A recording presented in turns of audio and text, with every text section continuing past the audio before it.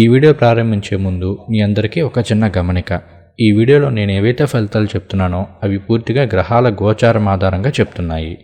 కాబట్టి మీరు ఒకసారి మీ జన్మ రాశి నుండి అలానే మీ జన్మ లగ్నం నుండి కూడా ఈ ఫలితాలను చూసుకోండి. నేను 12 రాశుల వరకు కూడా ఈ వీడియోస్ అనేవి అప్లోడ్ చేస్తాను. అలానే గ్రహాల గోచారం ఆధారంగా ఫలితాలు చెప్తున్నాను కాబట్టి మీ జాతకంలో జరిగే దశ అంతర్దశలను బట్టి ఆ గ్రహాలు ఉన్న పొజిషన్ బట్టి ఈ ఫలితాలు అనేవి ఎంత మేర వర్తిస్తాయి అనేది ఆధారపడి ఉంటుంది. కాబట్టి ఒకసారి మీ జాతకంలో జరిగే దశ అంతర్దశల బలాన్ని కూడా పరిశీలన చేసుకోండి. ఒకవేళ మీకు తెలియదు అనుకుంటే మీ దగ్గర ఉన్న జ్యోతిష్యులను సంప్రదించవచ్చు.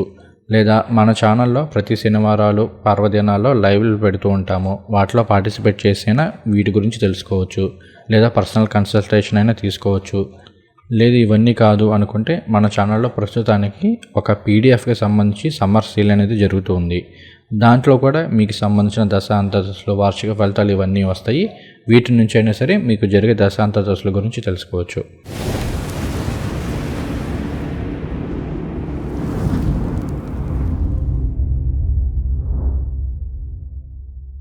నమస్తే ఫ్రెండ్స్, నేను మీ సూర్య Sunil. Welcome to Makar TV Telugu. 18 మే 2025 నుండి 18 అక్టోబర్ 2025 వరకు అంటే దాదాపుగా 5 నెలల పాటు గురువు గారు, శని భగవానుడు, రాహుకేతువుల గోచారం ఏదైతే ఉందో ఈ గోచారం అనేది అన్ని రాశుల వరకు కూడా కొన్ని ఆపర్చునిటీస్ని అలానే కొన్ని ఛాలెంజెస్ని ఇస్తున్నాయి. సో ఏ విషయాల్లో ఈ గ్రహాలు అనేవి అనుకూలంగా ఉన్నాయి, ఏ విషయాల్లో ప్రతికూలంగా ఉన్నాయి అనేది మనం తెలుసుకోవడం ద్వారా ఆ విషయాలను మనం ఫోకస్ చేసి తద్వారా మంచిని పెంచుకోవచ్చు, వచ్చే చెడుని తగ్గించుకోవచ్చు. కాబట్టి ఈ వీడియోలో మన మకర రాశి వారికి ఈ 5 నెలల కాలంలో మనం ఎక్కువగా ఫోకస్ చేయాల్సిన విషయాలు ఏంటి అనేది తెలుసుకుందాం. ముందుగా మనం గ్రహాల గోచారం చెప్పుకొని ఆ తర్వాత ఫలితాలు అనేవి చెప్పుకుందాం. ఈ 5 నెలల కాలంలో గురువు గారు మిథున రాశిలో 6వ స్థానంలో సంచారం చేస్తూ ఉన్నారు. అలానే శని భగవానుడు 3వ రాశిలో అంటే మీనరాశిలో సంచారం చేస్తూ ఉన్నారు. రాహువు 2వ స్థానంలో కుంభరాశిలోనూ, కేతు భగవానుడు 8వ స్థానంలో సింహరాశిలోనూ సంచారం చేస్తూ ఉన్నారు. ఈ గ్రహాల గోచారాన్ని ఓవరాల్గా చూసుకుంటే మకర రాశి వారికి ఈ 5 నెలల సమయంలో ఒకటి ఆర్థికపరమైన విషయాల్లో చాలా అనుకూలమైన ఫలితాలు పొందేందుకు ఎక్కువ ఆస్కారం ఉంది. ఫైనాన్షియల్ గెయిన్స్ అనేవి ఖచ్చితంగా ఉంటాయి. అది ఎంప్లాయీస్ అయితే కనుక ఉద్యోగంలో ప్రమోషన్లు రావచ్చు, నిరుద్యోగులు అయితే ఏదో ఒక ఉద్యోగం రావచ్చు. అలానే వ్యాపారస్తులైతే కనుక వ్యాపారంలో బిజినెస్ ఎక్స్పాన్షన్ అనేది చేసుకోవడానికి ఈ టైం అనేది అనుకూలంగా ఉంటుంది. ఎలా చెప్తున్నాను ఈ విషయం అంటే, మకర రాశి వారికి రాష్ట్రాధిపతి అలానే ధనాధిపతి అయిన శని భగవానుడు 3వ స్థానంలో ఉపచయ స్థానంలో సంచారం చేస్తున్నారు. ఇది చాలా బాగా యోగిస్తుంది.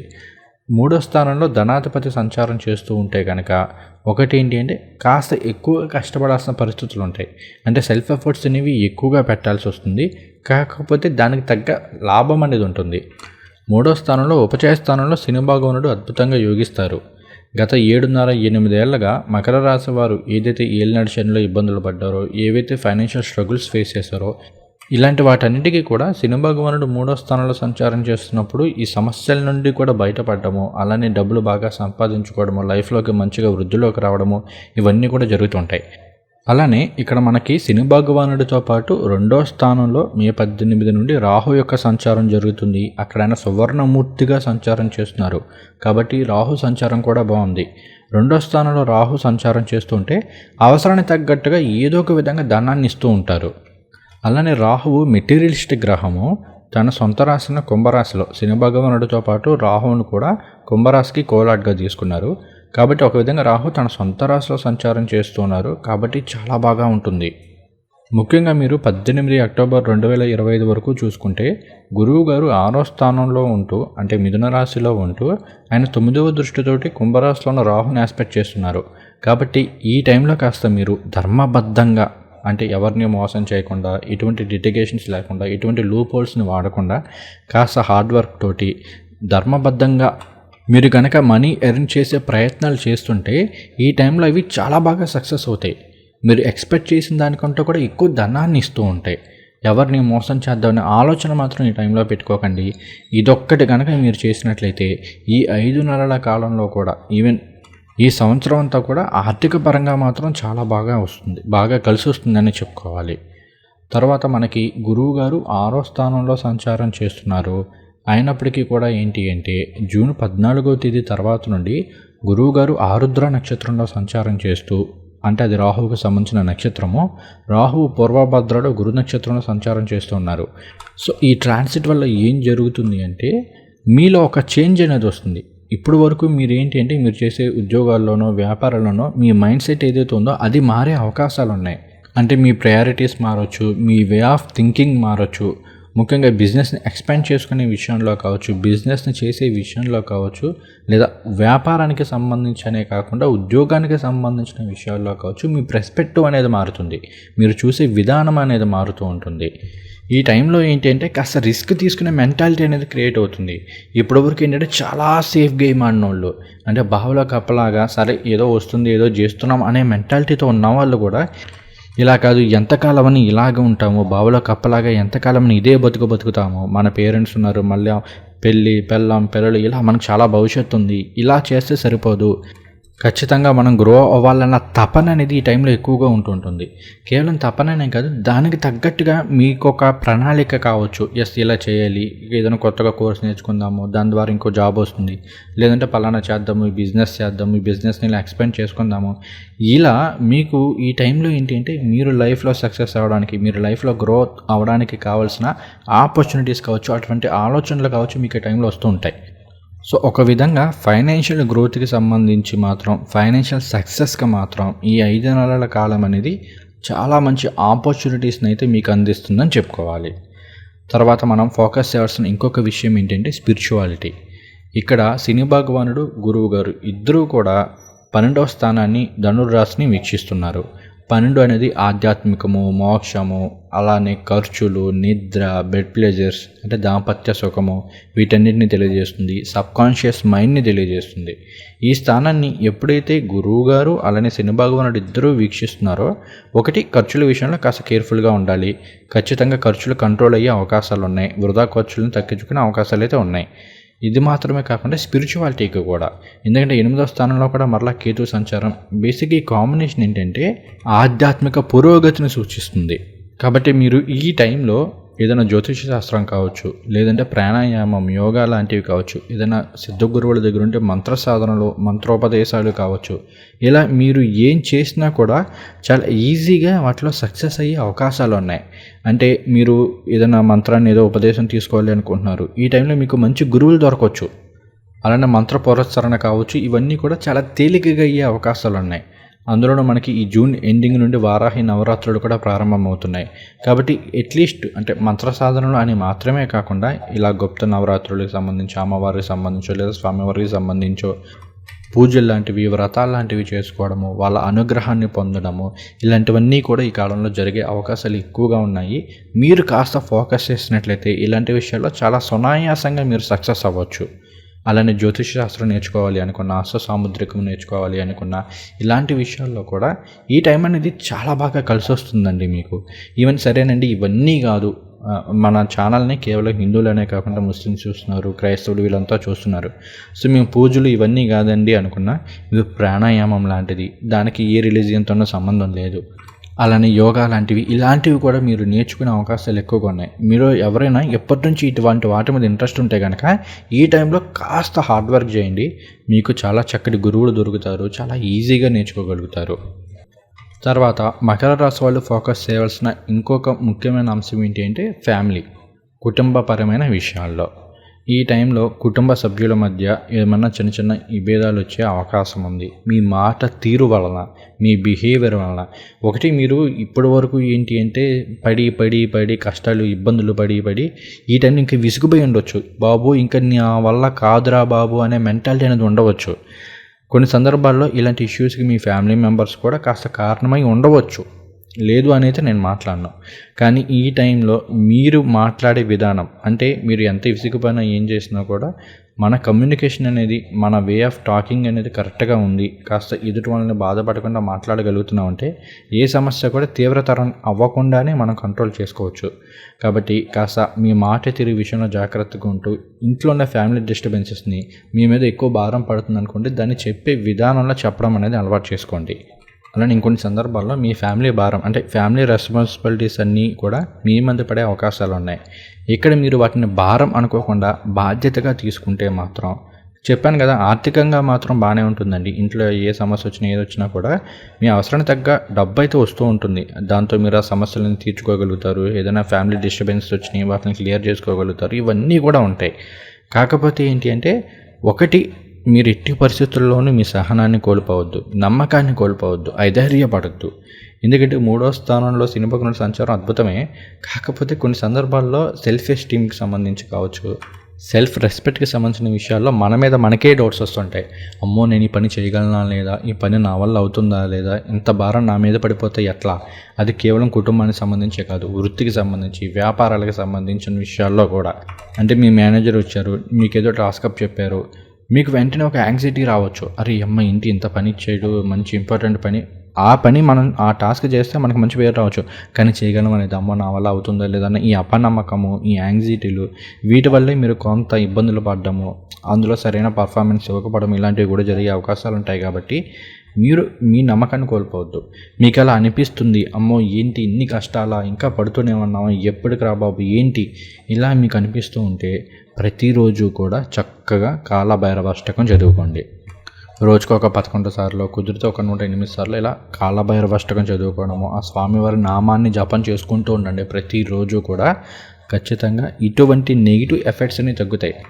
ఆ నెగిటివ్ థాట్స్ అనేవి మీ నుండి సపరేట్ అయిపోతాయి. కాబట్టి ఈ విషయాల్లో కాస్త ఫోకస్ చేయండి. తర్వాత మన మకర రాశి వాళ్ళు ఫోకస్ చేయాల్సిన ఇంకొక 2 విషయాలు ఉన్నాయి. ఇవి మాత్రం చాలా ఎక్కువగా ఫోకస్ చేయాలి. అందులో మొట్టమొదటిది ఆరోగ్యం. ఆల్రెడీ నేను మకర రాశి వారికి ఆరోగ్యం అనే దానికి సంబంధించి ఒక వీడియో చేశాను, చూడండి. మరలా ఈ వీడియోలో కూడా చెప్తున్నాను, మకర రాశి వారు హెల్త్ వైజ్ మాత్రం ఈ టైంలో చాలా కేర్ తీసుకోవాలి. ఎందుకు ఈ మాట అంటున్నానంటే, 2వ స్థానంలో రాహు సంచారము, అలానే 6వ స్థానంలో గురు సంచారము. ఇదేంటి అంటే, కొన్ని సందర్భాల్లో సరైన టైంకి ఫుడ్ తినకపోవడము, లేదా నాన్ వెజ్ కావచ్చు, లేదంటే ఏదో కొత్తగా సెంటర్ ఏదో పెట్టాడు, అక్కడ విచిత్రంగా ఏదో టిఫిన్ ఒకటి చేస్తున్నారు, లేదంటే ఏదో చేస్తున్నారంటే వాటిలో ఇది తినేద్దాము, ట్రై చేద్దామన్న ఆలోచనలు కావచ్చు, ఇలాంటివి ఉంటూ ఉంటాయి. వీటి వల్ల కొన్ని సందర్భాల్లో ఫుడ్ పాయిజన్ అవడం కావచ్చు, కొన్ని సందర్భాల్లో జీర్ణాశయానికి సంబంధించి అది కడుపు నొప్పి కావచ్చు, లేదు అంటే కనుక అజీర్తి, అన్నం అరగకపోవడం కావచ్చు, లేదంటే గ్యాస్ సమస్యలు కావచ్చు, ఇలా అనారోగ్య సమస్యలు తలెత్తే అవకాశాలు అనేవి ఈ టైంలో కాస్త ఎక్కువగా ఉన్నాయి. కాబట్టి సమయానికి భోజనం చేయడము, అలానే కాస్త మంచి ఆరోగ్యకరమైన హెల్దీ ఫుడ్ తీసుకోవడం అనేది అలవాటు చేసుకోండి. అలానే కాస్త ప్రాపర్ ఎక్సర్సైజ్ చేయడం.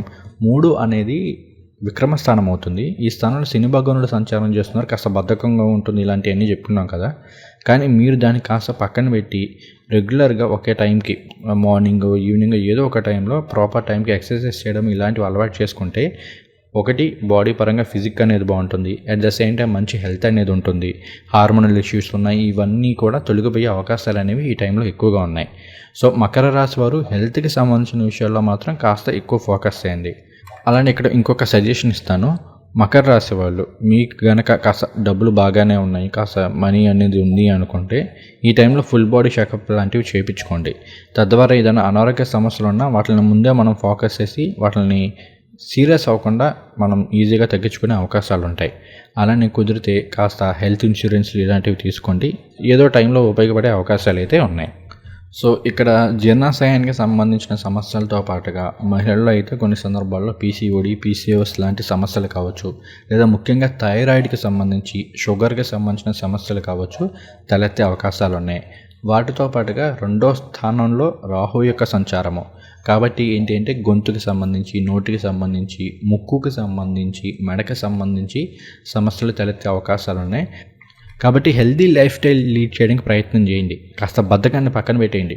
ప్రతిరోజు రోజుకొక గంట సేపు వాకింగో, ఏదో ఒక ఎక్సర్సైజో, లేదా జిమ్కి వెళ్ళడమో, ఇలా ఏదో ఒకటి ఫిజికల్ యాక్టివిటీ అనేది ఎక్కువగా ఉండేలా చూసుకోండి. అసలు ఈ టైంలో ఎక్కువ సీరియస్ హెల్త్ ఇష్యూస్ ఏమీ రాకుండా చాలా ఈజీగా మీరు లైఫ్ని లీడ్ చేయగలుగుతారు. తర్వాత మకర రాశి వాళ్ళు ఫోకస్ చేయవలసిన ఇంకొక విషయం, ముఖ్యంగా జూన్ 14వ తేదీ తర్వాత నుండి ఏంటి అంటే, కొంతమందిలో, అందరికీ అని చెప్పను కానీ కొంతమందిలో మకర రాశి వాళ్ళల్లో దేవుడి మీద ఒక విధమైన అపనమ్మకం కావచ్చు, లేదంటే ఈ జాతకాలు, జ్యోతిష్యము ఇటువంటి వాటి మీద, అంటే అరే ఏంటి ఏలినాడు శని వెళ్ళిపోయింది, అయినా కానీ లైఫ్లో అసలు ఏ పర్స్పెక్టివ్లోనూ ఏ విధంగా చూసుకున్నా కూడా ఏ విషయంలోనూ పాజిటివ్ అనేది లేదు, ఇంకా ఇబ్బందులు పడుతూనే ఉన్నాము, మకర రాశి వారికి అద్భుతంగా కలిసి వచ్చేసిద్ది అంటున్నారు, మనమేమో చాలా పూజలు చేస్తున్నాము, చాలా వ్రతాలు చేస్తున్నాము, చేయమన్న ప్రతిదీ చేస్తున్నాము, చేయాల్సిన ఎన్ని చేసాము, అయినా కూడా ఏంటి లైఫ్లో అసలు ఏ గ్రోత్ లేదు, అసలు మకర రాశి లైఫ్ అంటే ఇంతైనా, లేదంటే మన జాతకం ఇంతైనా అని చెప్పేసి ఒక విధమైన నెగిటివిటీ కావచ్చు, లేదంటే ఒక విధమైన అసహనం కావచ్చు మకర రాశి వారిలో ఈ టైంలో ఎక్కువగా ఉండే అవకాశం ఉంది. దాంతోపాటు కొన్ని సందర్భాల్లో దేవుని మీద నమ్మకం కోల్పోవడం. అంటే నమ్మకం కోల్పోవడం మీన్స్ ఏంటి అంటే, ఒకప్పుడు ప్రతిరోజు దేవాలయాలకు వెళ్ళేవాళ్ళు, లేదంటే ప్రతిరోజు కూడా ఇంట్లో పూజ చేసుకున్న వాళ్ళు ఈ టైంలో వాటిని తగ్గించేసుకోవడము, ఎప్పుడో ఒకసారి చేస్తూ ఉండడము, కొన్ని సందర్భాల్లో ఏదో చెయ్యాలి కాబట్టి చేస్తున్నామనే ఫీలింగ్తో చేయడము, ఇట్లాంటివి ఉండే అవకాశాలు ఉంటూ ఉంటాయి. అలానే ఇదనే కాకుండా అసలు లైఫ్లో ఇంకా మనం ఏదైనా సాధించగలమా, అసలు మనం ఏమైనా చేయగలమా, లేదా ఇంతైనా అనే దిగులు కూడా ఉంటూ ఉండవచ్చు. సో మకర రాశి వాళ్ళందరికీ చెప్పేది ఏంటి అంటే, ఈ టైంలో ఎటువంటి పరిస్థితుల్లోనూ అపనమ్మకం కావచ్చు, లేదంటే మీ మీద మీరు నమ్మకం కోల్పోవడం కావచ్చు, ఇలాంటివి ఏవి కూడా దగ్గరికి రానివ్వకండి. ఎంత నెగిటివిటీ ఉన్నా, ఎన్ని నెగిటివ్ ఆలోచనలు వస్తున్నా కూడా పాజిటివ్గా ఉండే ప్రయత్నం చేస్తూ ఉండండి. ఎందుకంటే 3వ స్థానంలో శని భగవానుడి యొక్క సంచారం వలన కొన్ని సందర్భాల్లో నెగిటివ్ ఆలోచనలు వస్తుంటాయని చెప్పాను కదా. మీరు గనక వీటిని ఏమి పట్టించుకోకుండా పాజిటివ్గా ముందుకెళ్తే తృతీయ స్థానంలో, ఉపచయ స్థానంలో శని భగవానుడి యొక్క గోచారం అనేది అద్భుతంగా యోగిస్తుంది. అలానే గురువుగారు ఇక్కడ మీకు విపరీత రాజయోగంలో ఉన్నారు. 12వ స్థానాధిపతి 6వ స్థానంలో సంచారం చేస్తూ ఉన్నారు. అక్కడ కూడా అంతే. 6వ స్థానం అనేది డైలీ యాక్టివిటీస్ వీటిని తెలియజేస్తుంది కాబట్టి కాస్త ఏంటంటే డిలే అవుతూ ఉండడము, ప్రతిరోజు మన పనిని మనం చేసుకోలేకపోవడము, లేదంటే చేద్దామన్న ఇంట్రెస్ట్ లేకపోవడము, ఇట్లాంటివన్నీ ఉంటూ ఉంటాయి.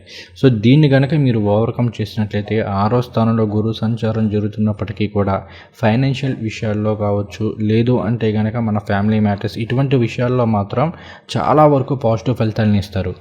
ఇంకోటి సొంతంగా ఇల్లు కొనుక్కోవచ్చు, సొంతంగా ఒక వాహనం కొనుక్కోవచ్చు, స్థలం కొనుక్కోవచ్చు, ఇలాంటివి కూడా జరిగే అవకాశాలు ఉంటాయి. సో మీ మీద మీరు నమ్మకాన్ని కోల్పోకండి. ఒక విధంగా ఇదంతా కూడా ఏంటంటే టెస్టింగ్ పీరియడ్ అన్నమాట. సో మీరు ఇందులో పాస్ అవుతారా లేదా అనేది ఇంపార్టెంట్. ఎంత కష్టం వచ్చినా, ఎంత ఇబ్బంది ఎదురైనా కూడా ఖచ్చితంగా దేవుడు ఉన్నాడు, ఆ భగవంతుడు అనేవాడు మనకి మేలే చేస్తాడని నమ్మండి. అది మీ ఇష్టదైవం ఎవరైనా సరే. ప్రతిరోజు కూడా ఏంటంటే మీ ఇష్టదైవం ఎవరైతే ఎవరో ఆ దేవుడి యొక్క నామాన్ని స్మరించుకోండి. మీకు పరమేశ్వరుడు ఇష్టం, శివ శివ శివ అని చెప్పేసి మీరు వాకింగ్ చేస్తున్నప్పుడు, డ్రైవింగ్ చేస్తున్నప్పుడు ఇలా ఏదో టైంలో భగవంతుడి యొక్క నామాన్ని జపం చేసుకుంటూ ఉండండి. అలా అంటే ఇక్కడ జపం అంటే జపమాలలు ఎన్ని ఉండాల్సిన అవసరం లేదు. మనసులోనే శివ శివ శివ శివ శివ అని, లేదంటే వెంకటేశ్వర స్వామి అంటే ఇష్టం అనుకోండి ఆ స్వామివారి నామాన్ని, అమ్మవారి ఇష్టం అనుకోండి అమ్మవారి నామాన్ని, ఇట్లా భగవంతుడి యొక్క నామాన్ని బీజాక్షరాలు లేకుండా, అంటే ముందు ఓం శ్రీ ఇలాంటివి కావచ్చు, లేట్ల నమః స్వాహ ఇలాంటివి లేకుండా భగవంతుడి యొక్క నామాన్ని ప్రతిరోజు కూడా జపం చేసుకోవచ్చు. ఇది నేను చెప్తున్న మాట కాదు, ఇది వాస్తవంగా నడిచే దైవంగా భావించే కంచి పరమాచార్యులు శ్రీ శ్రీ శ్రీ చంద్రశేఖర సరస్వతి స్వామి వారు చెప్పిన మాట. కాబట్టి ఖచ్చితంగా భగవంతుడి యొక్క నామాన్ని జపం చేసుకుంటూ ఉండండి. మీలో ఆ పాజిటివిటీ అనేది ఖచ్చితంగా తెలుస్తుంది.